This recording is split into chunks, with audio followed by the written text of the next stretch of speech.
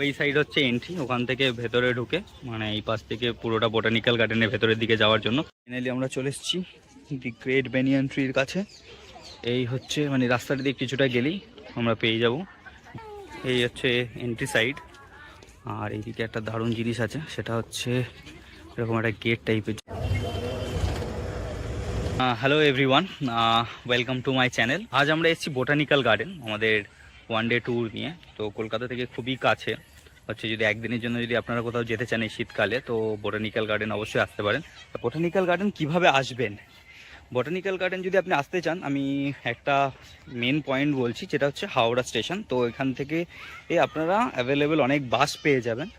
আর যদি আপনারা ধরুন মানে এবার আপনারা যে এরিয়াতে থাকেন সেখান থেকে আপনারা হাওড়া স্টেশন প্রথমে চলে আসবেন, তো সেখান থেকে যেতে পারেন। এটা খুবই একটা মানে সহজে, যেরকম আমার বাড়ি হচ্ছে বারাসাতে, তো বারাসাত বি গার্ডেন একটা বাস আছে, কিন্তু ওই বাসটাতে আমরা যাইনি। তার কারণ হচ্ছে ওই বাসটা পুরো কলকাতা ঘুরে আছে, মানে 3.5 ঘন্টা 4 ঘন্টা লেগে যাবে বারাসাত থেকে আমার বি গার্ডেনে পৌঁছাতে। নিউ টাউন হয়ে পুরো এরিয়া ঘুরে আসবে।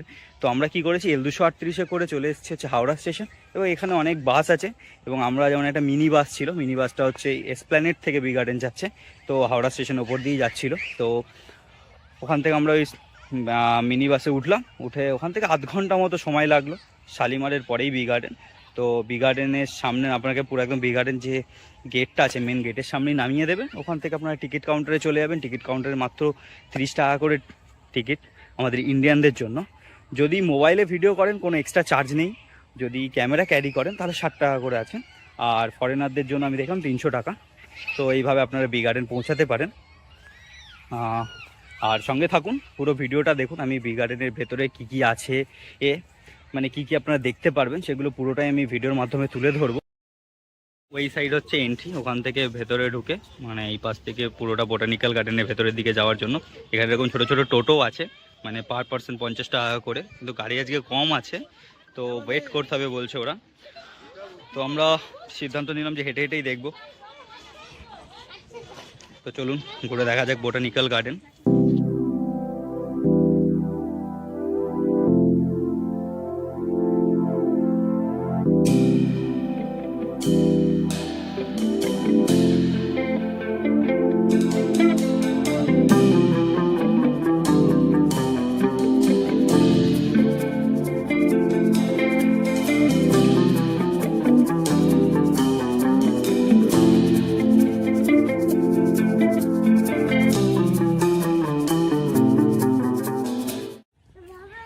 এই হচ্ছে এন্ট্রি সাইড।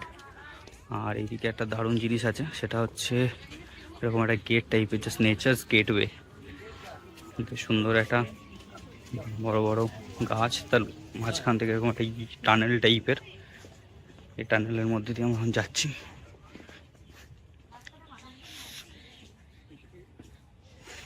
সামনে আবার বোটিং করারও জায়গা আছে, এখানে দেখছি অনেকেই বোটিং করছে, খুব সুন্দর। ভেতরটা আমার বেশ ভালোই লাগছে, মানে চারিদিকে ছোট ছোট জলাশয়, তারপরে সবুজ ছোট ছোট ঝোপঝাড়, মানে বেশ ভালোই জায়গাটা। মানে এখানে আসলে পুরো একটা দিন অনায়াসেই সুন্দরভাবে কেটে যাবে। হ্যাঁ হ্যাঁ, দেখতে পাচ্ছেন সবাই বোটিং করছে।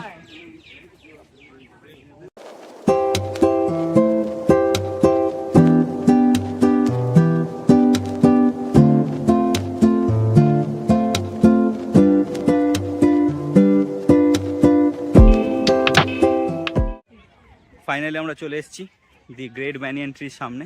এই সামনে যেটা দেখা যাচ্ছে এটাই হচ্ছে দি গ্রেট ব্যানিয়ান ট্রি।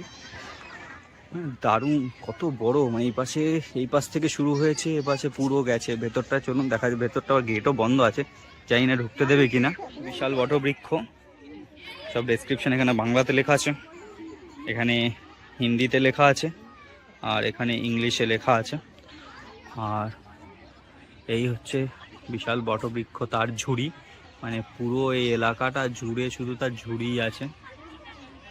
মানে মেন যে গাছটা অনেক ভিতরে, এই পাশ থেকে মানে আরো দেখা যাচ্ছে পুরোটা।